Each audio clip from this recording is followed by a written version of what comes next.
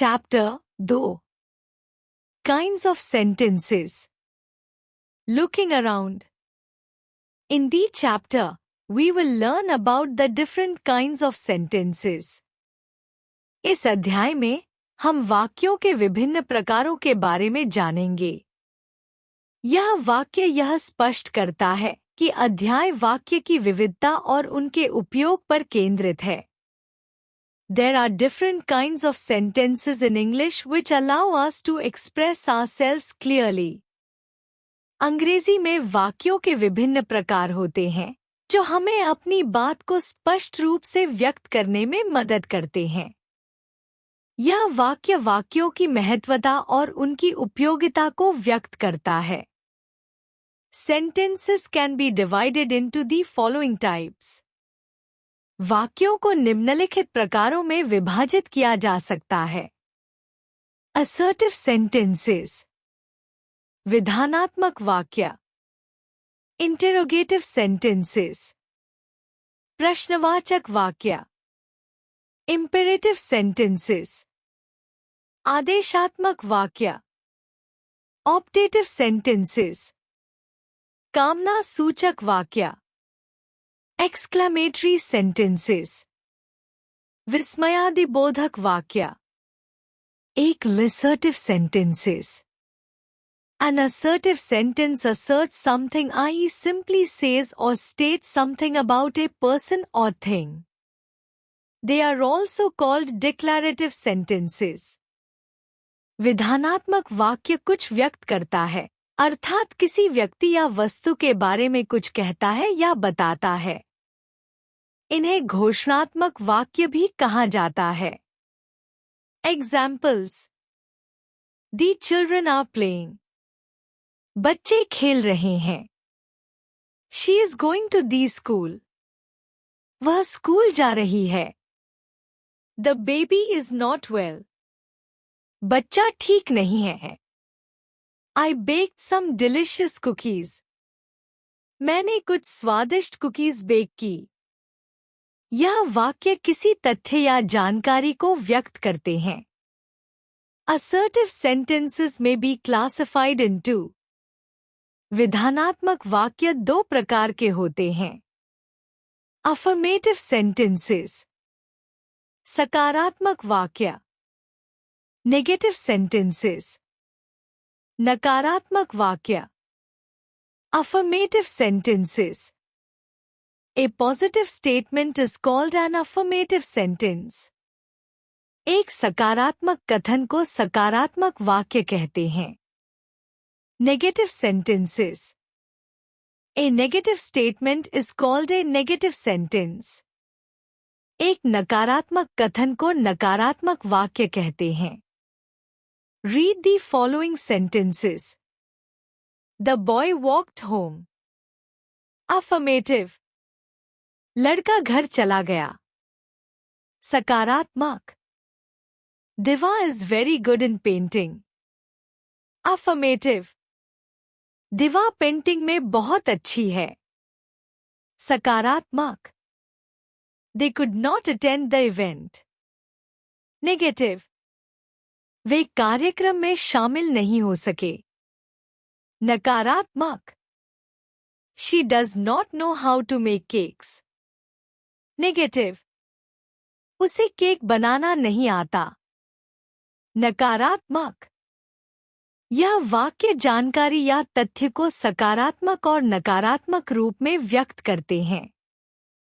The above sentences say, tell or state something. Assertive sentences end with a full stop. उपरोक्त वाक्य कुछ कहते, बताते या व्यक्त करते हैं। विधानात्मक वाक्य पूर्ण विराम, डॉट, के साथ समाप्त होते हैं। दो interrogative sentences.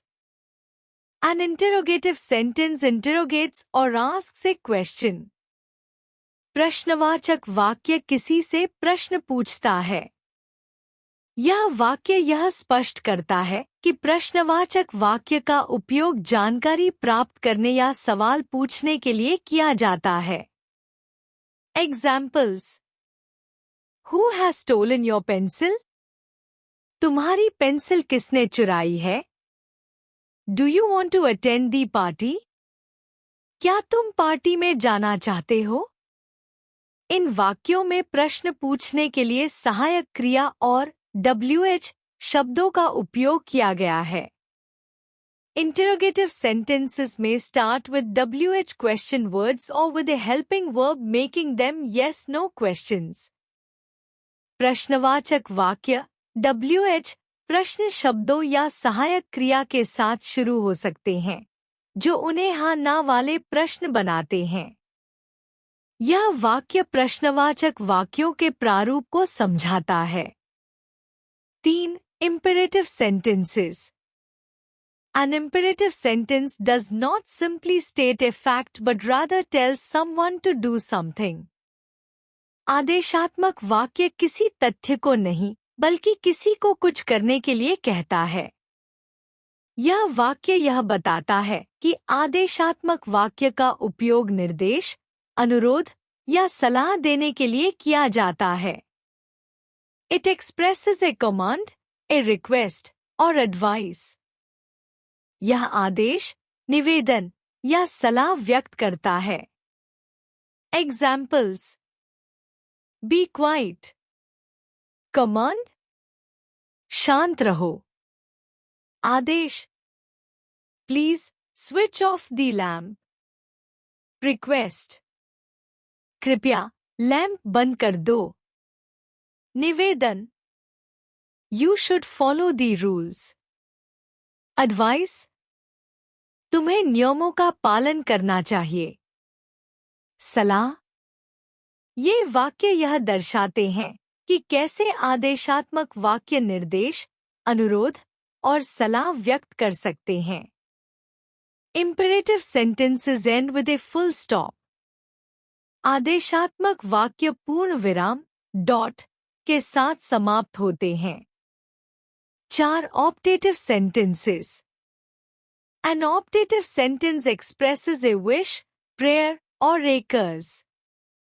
कामना सूचक वाक्य इच्छा, प्रार्थना या शाप को व्यक्त करता है। यह वाक्य यह बताता है कि कामना सूचक वाक्य का उपयोग शुभकामनाएं या प्रार्थना व्यक्त करने के लिए किया जाता है।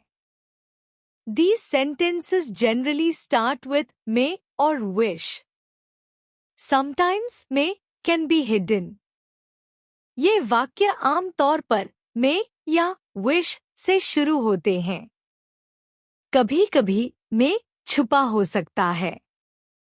Examples: May God bless us. ईश्वर हमें आशीर्वाद दें। Wish you a successful life. आपको सफल जीवन की शुभकामनाएं। यह वाक्य यह स्पष्ट करते हैं कि कामना सूचक वाक्य कैसे उपयोग किए जाते हैं। They end with an exclamation mark. In some rare cases, they can end with a full stop. ये वाक्य आम तौर पर विस्मयादिबोधक चिन्ह के साथ समाप्त होते हैं। कुछ दुर्लभ मामलों में वे पूर्ण विराम डॉट पर समाप्त हो सकते हैं। 5. Exclamatory sentences. An exclamatory sentence expresses a sudden emotion or a strong feeling of joy, sorrow, or wonder. विस्मयादिबोधक वाक्य अचानक हुई भावना या खुशी, दुहक या आश्चर्य को व्यक्त करता है। Examples: Hurrah! We have won the match. Hurrah! हमने मैच जीत लिया। What a beautiful painting! क्या सुंदर पेंटिंग है।